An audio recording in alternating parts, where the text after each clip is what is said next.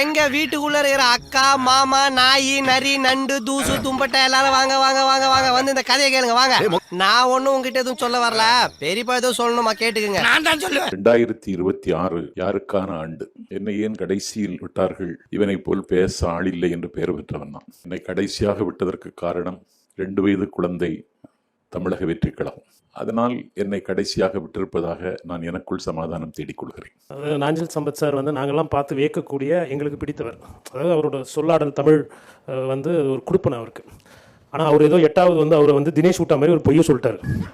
அவர் தோனி மாதிரி இந்த டவுன் தான் நான் போவேன்னு கேட்டு வாங்கி வந்திருக்கிறாரு.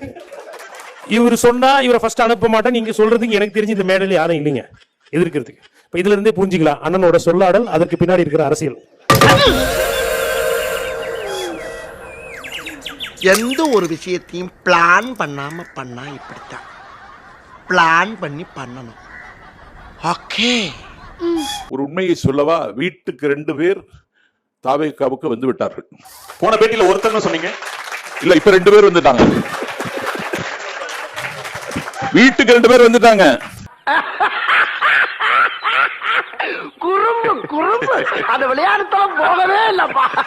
விடுதலை சிறுத்தைகளினுடைய துணை பொதுச் செயலாளரையே திமுக தலைவர் மாற்றிவிட்டார். இந்த கட்சியின் துணை பொதுச் செயலாளரை அவர் வேறு கட்சிக்கு அனுப்பி வைத்து விட்டார்.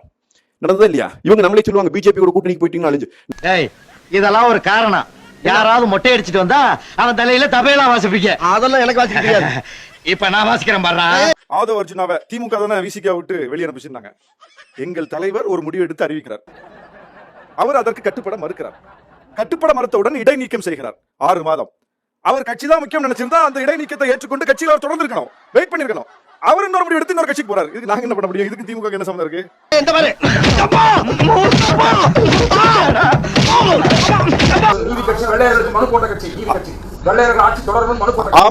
பிஜேபி வந்து ரொம்ப நீதி கட்சியும் திராவிட இயக்கமும் வெள்ளையர்களை எப்படி பார்த்தார்கள், ஆங்கிலேயர்கள் எப்படி பார்த்தாங்கன்னா, நாட்டு விடுதலையா சமூக விடுதலையா? நாட்டு விடுதலைங்கிறது 200 வருஷ போராட்டத்திலிருந்து விடுதலை, 200 வருஷ அடிமைத்தனத்திலிருந்து விடுதலை. காந்தி எப்படி பார்த்தார்? அம்பேத்கர் பெரியார் போன்ற தலைவர்கள் 2000 ஆண்டு கால அடிமைத்தனத்திலிருந்து விடுதலை அடைய வேண்டும் என்று பார்த்தார்கள். அதான் நோக்கம், அதான் நோக்கம். அந்த நோக்கத்திற்காக அவர்கள் தங்களை ஒப்புக் கொடுத்தார்கள். எதை எடுத்துட்டு போல பெரியார்? பெரியார் பற்றி சூட்டுறீங்களா? என்ன எடுத்துட்டு போனார்? பெரிய பணக்காரர் அவரு. அவர்களுடைய நோக்கம் என்பது சமூக நீதிக்கான போராட்டம். அம்பேத்கர் கூட அப்படிதான் பார்த்தார். அப்ப அம்பேத்கர் கேள்வி கேட்பீங்களா? சோத்திரை அடி வாங்கியாச்சு, சேத்திரை அடி வாங்கி. தமிழ்நாட்டிலேதான் பட்டியல் சமூக மக்களுக்கு எதிரான வன்முறைகள் மிக அதிகமாக இருக்கிறது, அதிகரித்திருக்கிறது என்று மத்திய அரசு தான் சொல்லி இருக்கிறது. மத்திய அரசு தரவுகளோடு சொல்லி இருக்கிறது. ஏற்கிறீர்களா? ஏற்றுத்தான் ஆக வேண்டும். ஏனென்றால் உண்மை. நண்பர் கல்யாண சுந்தரம் சொன்னாரு, எல்லா புள்ளி விவரங்களையும் ஏத்துக்கிட்டீங்களா அப்படின்னு. அந்த புள்ளி விவரங்களை ஏத்துக்கிட்டீங்களா அப்படின்னு கேட்கிறப்ப நான் ஏத்துக்கிறேன். ஆனா சரியான புள்ளி விவரங்களை அவையில சொல்லணும் அப்படிங்கறத என்னுடைய விருப்பமும் நோக்கமும் கூட. தாழ்த்தப்பட்டவர்களுக்கு எதிராக நடைபெறுகிற வன்கொடுமையில் தமிழ்நாடு முதலிடத்தில் இருக்கிறது அப்படின்னு சொன்னாரு. இது இந்த ஆண்டு அதிகரித்திருக்கிறது. இந்த ஆண்டு வெளியிடப்பட்டிருக்கிற NCB-யினுடைய crime report of atrocities against schedule caste. அதுல முதலிடத்தில் இருப்பது உத்தரப்பிரதேசம், 2வது இடத்தில் இருப்பது பீகார், 3வது இடத்தில் இருப்பது மகாராஷ்டிரா, 4வது இடத்தில் இருக்கிறது குஜராத். இதுல தமிழ்நாடு 23வது இடத்துல இருக்கு. புள்ளி விவரத்தை அவர் கணக்குக்கே விட்டுறேன். MSME-ல உங்க பக்கத்துல இருக்கிற கருணேஷ்ட கேளுங்க, the world best master award வந்து இந்த ஆண்டு தமிழ்நாட்டுக்கு தான் கொடுத்திருக்கீங்க. அட வெக்கம் கட்டுவீங்களா? இதுக்கு எதுக்குடா வெள்ளையங்கிலி மாலையன்னு? மானம் கட்ட அயோக்கிய பள்ளிலாம், குழப்பத்தை புழுத்த வழியலாம். இதுக்கு ஒரு 4 பேர்த்த மூத்திரத்தை வாங்கி மடக்கு குடிக்க வேண்டியதானே? இந்திய நாட்டிலேயே சுதந்திர வரலாற்றிலேயே இதுவரையில் இரட்டை இலக்கில் 15% தாண்டி 16% உள்நாட்டு உற்பத்தி என்கிற ஒரே மாநிலம் தமிழ்நாடு. முத்துவேல் கருணாநிதி ஸ்டாலின் அவருடைய ஆட்சி. வில்லங்கத்தை விலை கொடுத்து வாங்கி டெக்கரேட் பண்ணி கூட்டி வந்திருக்காங்களே, எவ்வளவு இடைஞ்சல் பண்றாங்க. எடப்பாடியார் ஆட்சி காலத்தில் 17வது இடத்தில் இருந்தது. பெரிய மாநிலங்களின் பட்டியலில் 17வது இடம். நாங்கள் இன்றைக்கு முதலிடம். ஒருத்தனுக்கு எந்திரிச்சு நிக்கவே ஒக்கில்லையா, அவனுக்கு 9 பொண்டாட்டி கேக்குதா? இவங்க வந்து பாரதியார் பாரதிதாசனை கொண்டாடினார்களான்னு ஒரு கேள்வி கேட்டார். நான் கேட்கிறேன், நீங்க அப்பர், சம்பந்தர், சுந்தரர், மாணிக்க வாசகர் இவர்கள் எல்லாம் கொண்டாடினீர்களா? பாரதியை கொண்டாடினீர்களா? தமிழை சனியன் என்று எவர் சொன்னாரோ அவரை நீங்க தலைவராக கொண்டாடுகிறீர்கள். யாமறிந்த பொழுவரிலே தமிழ் மொழி போல் இனிதாவது எங்கும் காணேம்னு சொன்னாரு. அந்த பாரதிய பாப்பான அடிங்கிறீங்க, நீங்க கொண்டாடவில்லை. அதனால உங்களுடைய தமிழ் பற்றி எங்களுக்கு மிக தெளிவாக விளங்குகிறது. கொஞ்சம் அசந்தா அள்ளி விட்டு தள்ளுறாங்கப்பா. பாரதிய வந்து பாப்பான்னு சொல்லி அடின்னு சொல்லிட்டாராம். யாரு சொன்னா? இதுதான் பொய். யாரு சொன்னா? எந்த திராவிட இயக்க தலைவர்கள் அப்படி ஒரு ஸ்டேட்மெண்ட் கொடுத்தாங்க? அது சொல்லணும்ல. இந்த தலைவர் இப்படி சொன்னாரு, எந்த தலைவரும் அப்படி சொன்னது கிடையாது. ஊவைசாவை நீங்கள் போட்டினீங்கன்னு கேட்டார். இப்ப எடுத்து பார்க்கிறேன், முதலமைச்சர் ஊவைசாவுடைய தமிழ் அகராதி நாட்குறிப்பு எல்லாத்தையும் 2022 நூலாக வெளியிட்டிருக்கிறார். போதுமா? இதே தமிழ்நாடு அரசே பாரதிக்காக அவருடைய வாழ்க்கை வரலாற்றை தொகுத்து நூல் வெளியிட்டிருக்கிறது. இந்த அரசு வெளியிட்டிருக்கிறது. இவ்வளவு பெரிய புத்தகம் இருக்கு, தர வேண்டாம். நீங்க பாரதிதாசன் கவிதைகளை மோடி வெளியிட்டார், காட்டுங்க. உங்களால அதை தொட முடியாது, ஏன்னா அது நெருப்பு துண்டு. நீங்க பாத்துருக்கீங்க, 10 வருஷம் முன்னாடி இந்த ரோட்லயா இப்ப நீங்க போயிட்டு இருக்கீங்க. எந்த ஊருக்கு போனாலும் சாலை எப்படி இருக்கிறது? தேசிய நெடுஞ்சாலை இந்தியா முழுக்க எப்படி போட்டிருக்கிறார்கள்? ஏர்போர்ட் எப்படி இருக்கு? ரயில்வே ஸ்டேஷன் எப்படி இருக்கு? இன்னைக்கு எத்தனை மிக வேகமாக ஓடும் வந்தே பாரத் ரயில்கள் இயங்குகின்றன. நம்ம வாழ்க்கை தரம் எப்படி உயர்த்தப்பட்டிருக்கிறது? ஏர்போர்ட்ல எப்படி இருக்குன்னு கேட்டாரு. நேற்று கூட தான் நான் ஏர்போர்ட்ல இருந்தேன். இன்னைக்கு பிரச்சனை, ஒரு நாள் மீனம்பாக்கத்தில் இருந்தவன் நான். சமோசா வேலை 250 ரூபா, நூடுல்ஸ் வேலை 450 ரூபா, எக் பிரியாணி, அது வெஜ் பிரியாணியோ எங்கோ 450, சிக்கன் பிரியாணினா 620, பாம்பே டெல்லியில சென்னையை விட விலை ஜாஸ்தி. இப்படிதாங்க இருக்குது ஏர்போர்ட்.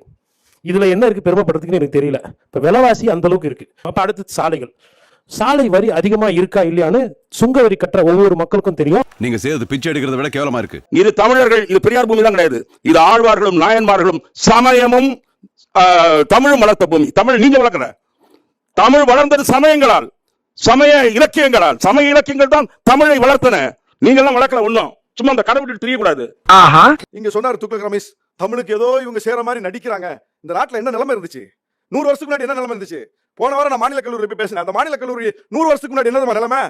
பிராமணர் அல்லாத மாணவர்களை மாநில கல்லூரியில் சேர்ப்பதற்கு நீதி கட்சி சட்டம் இயற்றி அரசாணை போட வேண்டிய நிலைமை. மாணவர்களை சேர்க்கிறதுக்கு ஒரு ஜீவோ போட வேண்டிய நிலைமை இருந்துச்சு. அந்த கல்லூரியில என்ன நிலைமை இருந்திருக்கு? அது வரைக்கும் பிராமணர்கள் தான் படிக்க முடியும் என்கிற நிலை இருந்திருக்கிறது. பேராசிரியர், சமஸ்கிருத பேச பேராசிரியருக்கு 300 ரூபாய் சம்பளம். சென்னை பல்கலைக்கழகத்துல தமிழ் பேராசிரியருக்கு 80 ரூபாய் சம்பளம். 2 பேரும் பேராசிரியர் தானே. அது என்ன சமஸ்கிருதத்துக்கு கும்பு முளைச்சிருக்கா? இதை யார் மாத்தினா? இத எந்த கடப்பாறை மாத்திச்சா? இந்த கோட்டை மாத்திச்சா? தெரிஞ்சிக்க புரிஞ்சிக்க, கரெக்டா இருந்தா புரட்டா வரட்டா. பெண்களுக்கு வாக்குரிமை இந்தியாவிலேயே முதலில் இந்த மண்ணில் தான் வந்தது. நான் சொல்றது ஃபேக்சுவல் எரர் இல்ல, நான் சொல்றது வரலாற்று திரிபு இல்ல, நான் சொல்றது பொய் இல்ல. நான் இந்த நாட்டில் இருந்த நிலைமையை சொல்லுகிறேன். அப்படின்னா உங்களுக்கு கோவம் யார் மேல வரணும்? இப்ப இந்த தம்பி கோவம் யார் மேல வருவாங்க? ஏன் மேல வருது? யார் மேல கோவம் வரணும்? பிராமணர்கள் தான் பேராசிரியர் ஆக முடியும்னு ஒரு நிலைமை உருவாக்கி வச்சவங்க மேல தான் உங்களுக்கு கோவம் வரணும். அதை மாத்தவங்களுக்கு அதை ஜீவா இருக்கு சார். தவறான செய்தி இல்ல, ஜீவா இருக்கு. நீதி கட்சி ஆட்சி காலத்தில் போடப்பட்ட அரசாணைகள் இருக்கிறது. பொய் இல்ல, புரட்டு இல்ல. உனக்கு வேணும்டா, உனக்கு இது வேணும், இந்த வேணும். ஒவ்வொரு வேலை வாய்ப்புகள்ல அந்த சமூகம் மட்டும் எத்தனை விழுக்காடு இருந்தது அப்படின்னு இன்னைக்கு டேட்டா இருக்கு. இன்னைக்கும் டேட்டா இருக்கு, அன்னைக்கும் டேட்டா உண்டு, இன்னைக்கும் டேட்டா உண்டு. உச்சநீதிமன்ற நீதிபதி லிஸ்ட் எடுங்க. எத்தனை நீதிபதிகள், எத்தனை பேர் இருக்காங்க? இந்த நாட்டுடைய உயர் நீதிமன்ற நீதிபதிகள், இந்த பெரும்பான்மை சமூகம் எத்தனை பேர் இருக்காங்க? உயர் பொறுப்புகள், ராணுவம், ஊடகம், அது இது எதெல்லாம் உண்டோ எல்லா பொறுப்பை எடுத்து போட்டு லிஸ்ட் போட்டு பாருங்க. மத்திய அமைச்சக பொறுப்புகள் எத்தனை பேர் இருக்காங்க? தூதர்கள், துணைவேந்தர்கள், எல்லா லிஸ்ட் எடுங்க. பொய்ன்னு சொன்னார்ல தம்பி, விடுப்பா. இதெல்லாம் அப்படிலாம் விட்டுற முடியாது மேடம், அப்படிலாம் விட்டுற முடியாது. பேரங்களை பேசி சீட்டு நோட்டு இது இல்லாமல் கூட்டணிகள் முடிவாவதே இல்லை. அதெல்லாம் வெளிப்படையாக பார்த்தோம். இடதுசாரிகளுடைய கரைபடைந்த அரசியலையும் நாம் பார்த்தோம். 15 கோடி 25 கோடின்னு பார்க்கவில்லையா நாம்? அதற்கு ஒரு சௌரியமான விளக்கம் நாங்கள் கை நீட்டி வாங்கவில்லை, பொறுப்பாளர்களிடம் கொடுக்க சொன்னோம். வெட்கமாக இல்லையா என்று நான் கேட்கிறேன். ஏன் உனக்கு இவ்வளவு சந்தேகம்? எங்க இருக்கு? இடதுசாரிகள் காசு வாங்கிட்டாங்க. என்ன காசு வாங்கினாங்க? இப்போ ஒரு கூட்டணியில இணைந்து பயணப்படுறோம். இடதுசாரிகள் 2 தொகுதி 4 தொகுதி 6 தொகுதியில போட்டிடுறாங்க. முதலமைச்சர் பிரச்சாரத்துக்கு வர்றாரு. பிரமாண்ட கூட்டத்தை நடத்தணும். இடதுசாரிகள் மக்கள்கிட்ட கையேந்தி கட்சி நடத்தக்கூடியவர்களுக்கு அந்த பிரமாண்ட கூட்டத்தை நடத்துற வலிமை இருக்கா? கூட்டணிக்கு வந்தாச்சுல, அந்த கூட்டணி தலைவர் வரும்போது பிரமாண்ட மாநாட போடுறாங்க. அதுக்கு யார் செலவு பண்ணுவா? அப்போ அந்த கட்சிகிட்ட இருந்து அக்கௌண்ட்ல வாங்கிக்கிறாங்க அந்த செலவுக்கு. அவங்க ஏதாவது வயலன்ஸ் பண்ணாங்களா? சட்டத்தை மீறினார்களா? ஏன் போய் சொல்றீங்க? அப்ப அவர் டிரான்ஸ்பரன்சியோட இருக்காங்க, வெளிப்படைத்தன்மையோட ஒரு கட்சி செயல்படுது, பாராட்டுங்க. அம்மா நீங்க இப்படி பண்றீங்களம்மா. தேர்தல் பத்திரத்துல காசை வாங்கிட்டு பின்னாடியே வந்து தராதவனுக்கு வந்து ரைடு விட்ட பிஜேபி இடதுசாரிகள். யாரெல்லாம் தேர்தல் ஆணையத்துல வந்து பாருங்க, தேர்தல் பத்திரத்துல பிஜேபி யார்ட்டெல்லாம் பணம் வாங்கியிருக்கோ அந்த பணம் வாங்கின அத்தனை கம்பெனிக்கு ரைடு நடந்திருக்கு. ஐடி ரைடு, எல்லா ரைடும் நடந்திருக்கு. இதுதான் நேர்மையற்ற செயல். இந்த நேர்மையற்ற செயலை நீங்க கண்டீங்க. எங்க பிடிக்கிறான்? ஒரு முறை தேர்தலை சந்திக்கும் போதும் வென்றால் மகிழ்ச்சி, தோற்றால் பயிற்சின்னு எடுத்துக்கிறீங்க. 2026 உங்களுக்கு மகிழ்ச்சியா இருக்குமா இல்ல அதுவும் பயிற்சியா இருக்குமான்னு உங்களுடைய கருத்துக்களை பதிவு செய்யுங்க. ரொம்ப வாடுறானே. அதிமுக தனியார் மையம், திமுக தனியார் மையம் தான். இன்னைக்கு தூய்மை பணியாளர் போராடுறாங்க, செவிலியர்கள் போராடுறாங்க. ஒரு ஆட்சி என்று சொன்னால் 100% நிறைவான ஆட்சியை கொடுக்க முடியுமா என்றால் முடியாது. நீங்கள் செவிலியர் போராட்டத்தை குறிப்பிட்டீர்கள். அந்த செவிலியர்களுக்கான பணி நிரந்தரத்தை பற்றி யாராவது பேசினீர்களா? 21,000 செவிலியர்கள் பணி நிரந்தரம் செய்யப்பட்டிருக்கிறார்கள் இந்த ஆட்சியில. எல்லோரும் தற்காலிகமாக எடுக்கப்பட்டவர்கள். தற்காலிகமாக எடுக்கப்பட்டவர்களை அவர்களை பணி நிரந்தரம் செய்யாமல் விட்டுவிட்டு போனது நம்முடைய எடப்பாடியார் ஆட்சி. அதை பணி நிரந்தரம் செய்தது திராவிட மாடல் ஆட்சி. கோவப்படாதீங்க சார். என்கிட்ட எல்லாம் கோவப்படுறதுனால 10 பைசாவுக்கு பிரயோஜனம் இல்ல. என்கிட்ட எல்லாம் கொஞ்சம் கூலிங்கா நடந்துக்கங்க. அதான் உங்களை மாதிரி ஆளுங்களுக்கு டீசன்ட். கலைஞர் ஆட்சி காலத்திலையும் போராட்டம் இருந்திருக்கிறது. அம்மையார் ஜெயலலிதா காலத்திலும் போராட்டம் இருந்திருக்கிறது. எடப்பாடி ஆட்சி காலத்திலும் போராட்டம் இருக்கிறது. மக்கள் போராட செய்வார்கள். அந்த போராட்டத்தினுடைய விளைவு என்பது நாம் பல பிரச்சனைகளை கையாளுகிற போது சிறு சிறு பிரச்சனைகள் இருக்கத்தான் செய்யும். அதை இந்த அரசு எப்படி எடுத்துக்கொள்கிறது, அதை கவனத்தில் கொள்கிறதா என்பதுதான் இங்கே கேள்வி. பணி நிமித்தம் என்பது கால அளவு இருக்கிறது. தேர்தல் நெருக்கத்தையும் தேர்தலுடைய நெருக்கடியும் பயன்படுத்த வேண்டும் என்று எத்தனித்தால் சில விடயங்களில் நாம் போராட்டங்களை களம் காண வேண்டிய சூழல் இருக்கிறது. களத்திற்கு வந்திருக்கக்கூடிய விஜய் அவர்கள் தீய சக்தியா இருக்கீங்கன்னு சொல்றாரு. நான் எங்களுடைய அமைச்சர் மரியாதைக்குரிய சேகர்பாபு அவர்கள் சொன்ன பதிலையே சொல்லுகிறேன். பவளவிழா கட்சிக்கு பால்வாடி கட்சி கேள்வி எழுப்பினால் முதலில் பால்வாடி அவர்கள் கடந்து விட்டு வரட்டும். நாங்கள் பவளவிழா கட்சி. சார், நான் ஆரோக்கியமான அரசியலை பேசுறேன். இந்த நாட்டிற்கு தமிழ்நாடுன்னு பேர் வச்சது திமுக காரன். இந்த நாட்டை வடிவமைக்கிற போது இனத்தால், மொழியால், சமூகத்தால், சமூக நீதியால், கலாச்சாரத்தால், பண்பாட்டால் மற்றவர்களுக்கு நிமிர்ந்து நிற்கிற செம்மாந்தம் இருக்கிறது அல்லவா, அந்த செம்மாந்த நடையை கொடுத்தது கருப்பு சிவப்பு உதயசூரியனும் இந்த திராவிட இயக்கத்தின் சித்தாந்தமும் தான். நீங்கள் எங்களை எதிர்க்கலாம். மாற்றாந்தோட்டத்து மல்லிகைக்கும் மனம் உண்டு. விமர்சிக்கிறவர்கள் விமர்சிக்கட்டும். கரெக்டா அங்கேயே துப்பிட்டானே. நீங்க குறிப்பிட்ட ஒரு தலைவர் வந்து கல்வி நிலையங்கள் அப்படின்னு ஒரு குற்றச்சாட்டை வச்சார். அந்த குற்றச்சாட்டுக்கான பதில ஒன்றிய அரசாங்கம் சொல்லுது. இந்தியாவிலேயே, சுதந்திர இந்தியாவிலேயே தமிழ்நாட்டில் தான் 99.9% நடுநிலை பள்ளிகளில் இடைநிற்றல் இல்லை. கிராஸ் என்ரோல்மெண்ட் ரேஷியோல மிடில் ஸ்கூல்ல 99.9% சார். இது இந்திய சுதந்திர நாட்டிலே கிடையாது. என்ன கொடுமை சார். கோட்டை எடுத்து அமிச்சிட்டாரா? விஜய் அவர்களை ஏன் தீய சக்தி அப்படின்னு சொன்னதற்கு பிறகாக திருமாவளவன் அவர்கள் RSS கூட என்ன சொல்றாரா? தீய சக்தின்னு ஏன் சொல்றோம்னா, திருப்பரங்குன்றம் பற்றி எரிகிறது. 3000 பள்ளிவாசல்களை, தர்காக்களை RSS பட்டியல் போட்டு வைத்திருக்கிறது. அது திமுக ஆட்சி வந்த பிறகு, திருப்பரங்குன்றம் இஷ்யூக்கு பிறகு போடப்பட்ட பட்டியல் கிடையாது. அவங்க எப்போதோ போட்டு லிஸ்ட்ல ஏத்தி வச்சிருக்காங்க. பாபர் மசூதியை போல் அந்த லிஸ்ட்ல பாபர் மசூதி இருக்கு, முடிச்சிட்டாங்க. திருப்பரங்குன்றம் தர்காவும் அந்த லிஸ்ட்ல இருக்கு. லிஸ்ட ரெடி பண்ணிட்டு எல்லா செக்டார்லயும் தங்களுடைய ஆட்களை வச்சிருக்காங்க. எப்படி நீதித்துறையில் அந்த சேர்ல உட்கார்ந்து இந்த வேலையை செய்யறதுக்கு ஒருத்தர் இருக்காரோ, அது போல அவர் காவல்துறையில இருப்பார்ல, அவர் வந்து எல்லாத்துலயும் இருப்பார்ல. என்ன இது அனுமதிக்காத இல்ல, குருமூர்த்தி எப்படி நீதிபதி பேசுறாரு அந்த மாதிரி அநாகரிகமா எதுவும் சொல்லனா? குருமூர்த்தி துக்ளக் மேடையில நின்று நீதிபதிகளை எவ்வளவு அவச்சொல் கொண்டு அநாகரிகமாக பேசினார். நான் ஒரு வார்த்தை அநாகரிகமா பேசுறேன்னா? கோர்ட்டாவது மயிலாவது சொன்னது யார் சார்? கோர்ட்டாவது மயிலாவது சொன்னது யார் சார்? யார் சார்? ஹெச் ராஜா சொன்னார்.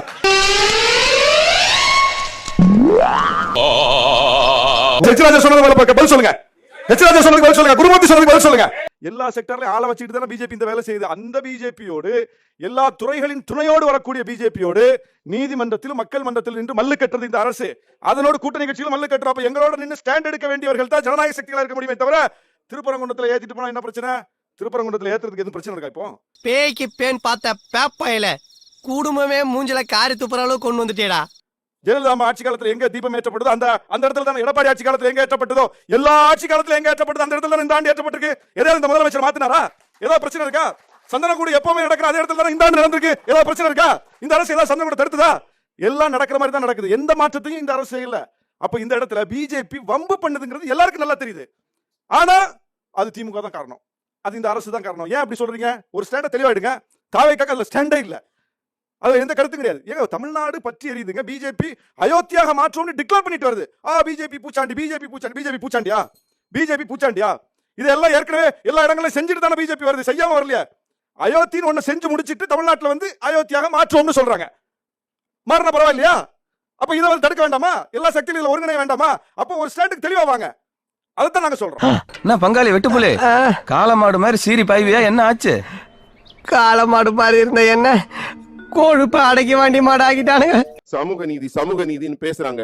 அவங்களுக்கும் நான் ஒரு விஷயம் ஆளூர் ஷானவாசன் எனக்கு சொல்லணும். உங்க சமூக நீதியை நாங்க பார்த்தோம். உங்க தலைவர் போன கார்ல ஸ்கூட்டர்ல போன ஒருத்தர் அடிபட்டார், அப்புறம் உங்களால் மிதிபட்டார். அந்த மிதிபட்ட அந்த ஒரு வழக்கறிஞர் மேல நீங்க இன்னும் கொஞ்சம் மேல கேஸ் தான் போட்டீங்களே தவிர அடிச்சால் மேல கேஸ் கிடையாது. அடிச்சால் மேல கேஸ் கிடையாது. லேசா தட்டணுங்கிறீங்க. தட்டினதே இந்த நிலைமைன்னா உங்க கையில ஆட்சியை கொடுத்தா என்ன ஆகும்? அப்படியாடா மயிரே. ஒருத்தர் வந்தாராம், வண்டியை இடிச்சாராம், உடனே அவரை வந்து நாங்க அடிச்சிட்டோமா. மோடி போயிட்டு இருக்கும்போது மோடி வண்டிக்கு முன்னாடி மோடி வண்டி இடிக்காமலேயே ஒருத்தர் ஸ்கூட்டரை கொண்டு நிறுத்தி பிரச்சனை பண்ணா என்ன பண்ணுவாங்க? தலைவர்களின் பாதுகாப்பு என்பது ரொம்ப முக்கியமானது.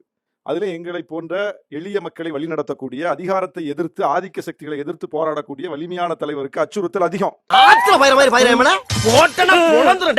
நீ வெளியில வா, உன் கண்ணாடிக்கு நல்லா உடைச்சு உன்னை கண்டமாக்கல, உனக்கெல்லாம் பகல்ல பசங்க கேக்குது. சிபி ராதாகிருஷ்ணன் கோயம்புத்தூருக்கு வந்தார். அவர் போற ரூட்ல எங்கேயோ 2 வண்டி கிராஸ் ஆகி போச்சு.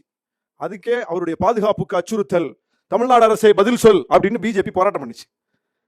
அவர் போற வழியில அவர் வண்டிக்கு முன்னாடி வண்டி இடிக்காமலேயே இடித்ததாக ஒருத்தர் இறங்கி பிரச்சனை பண்றாருன்னா அங்கே கூட போறவங்களுக்கு அச்சம் வருமா வராதா? தலைவரின் பாதுகாப்பு குறித்து கேள்வி வருமா வராதா? அப்போ உங்களுக்கு எல்லாம் தலைவர்கள் இருக்காங்கல்ல, அவங்களுக்கு பாதுகாப்பு இருக்குல்ல. அப்போ பாதுகாப்பற்ற நிலையில் இருக்கும்போது கேள்வி வரும், பிரச்சனை வரும். அந்த இடத்துல போய் போலீஸ் பேசி அவர் கன்வின்ஸ் ஆக மாட்டாரு, திரும்பி பிரச்சனை பண்றாரு. அப்படிப்பட்ட இடத்துல தான் அவர் கைகலப்பாய் போச்சு. அதற்கும் நாங்கள் வருத்தத்தை தெரிவித்திருக்கிறோம். வழக்கு பதிவு செய்யப்பட்டு எங்கள் தோழர்கள் மேல வழக்கு பதிவாயிருக்கு. பரிசு கிடைத்ததா? எல்லாம் கிடைச்சது, ஒண்ணுதான் கிடைக்கல. வலுவா எதிர்க்கக்கூடிய கட்சியாக தாவேகாவும் நாம் தமிழர் இன்னொரு பக்கம் வரும்போது அவர்களை ஆர்எஸ்எஸ் குழந்தைகள் அப்படின்னு பேசுற அளவுக்கு திருமாவளவன் அந்த எக்ஸ்ட்ரீம் ஏன் போறாரு? அந்த எக்ஸ்ட்ரீமுக்கு நாம போகல.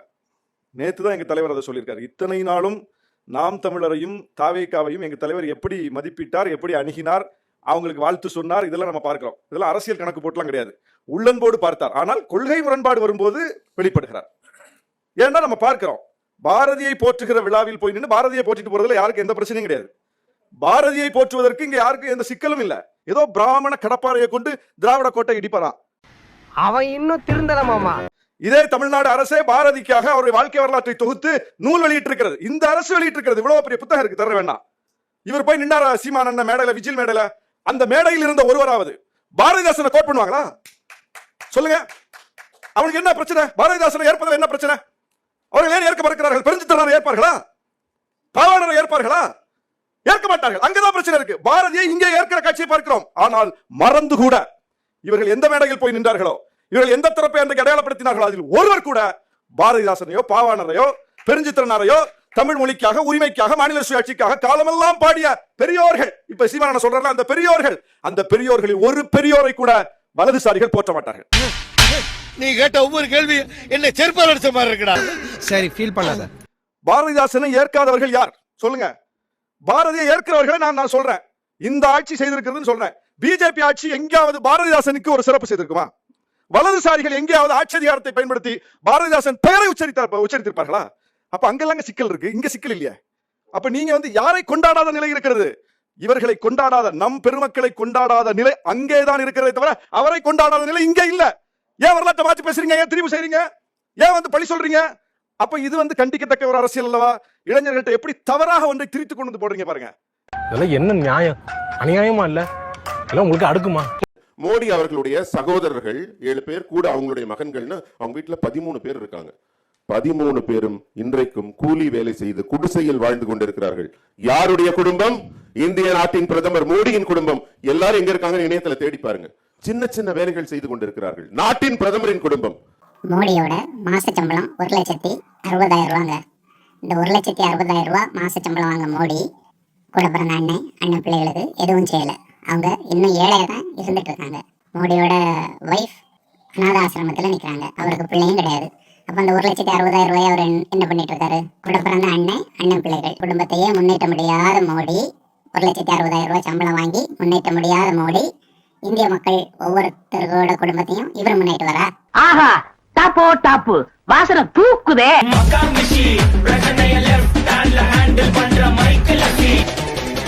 வந்துட்டாயா வந்துட்டாயா. நான் முதல்வன் திட்டம் சார், நான் அதை மையப்படுத்த விரும்புறேன். இன்னைக்கு பிள்ளைகள், சாதாரண அரசு பள்ளியில் படிக்கிற பிள்ளைகள், சாதாரண சாமானிய வீட்டு பிள்ளைகள் இன்றைக்கு உலக நாடுகளில், உலக அரங்குகளில் நின்று பேசுகிற போது நான் அரசு பள்ளி மாணவி, ஆனால் நான் முதல்வன் திட்டத்தின் மூலம் இதை அடைந்தேன் என்று சொல்லுகிறார்கள் அல்லவா? கல்வியில் சிறந்த தமிழ்நாடு, வெற்றி பெண்களுக்கான தமிழ்நாடு, விளையாட்டில் சிறந்த தமிழ்நாடு என்று மற்ற மாநிலங்கள் கொண்டாடுகிறதே ஏன்?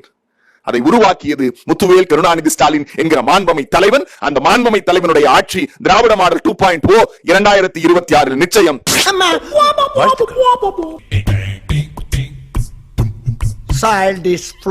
ஐநா சபை ஒரு மாநிலத்தினுடைய மருத்துவத்துறையை பாராட்டி இருக்கிறதால் அது திராவிட மாடல் ஆட்சியினுடைய மருத்துவத்துறை தான். நீங்கள் ஆட்சிக்கு வருவதற்கு முன்னால் என்ன சொன்னீர்கள்? 2016 நான் மோடி சர்க்கார் வந்தா டாலரை பாதியா குறைப்போம். நீங்க அன்றைக்கு வெறும் 60 ரூபாயாக இருந்தது. இன்றைக்கு சந்தி சிரிக்கிறது 90 ரூபாய்க்கு மேல இருக்கிறது.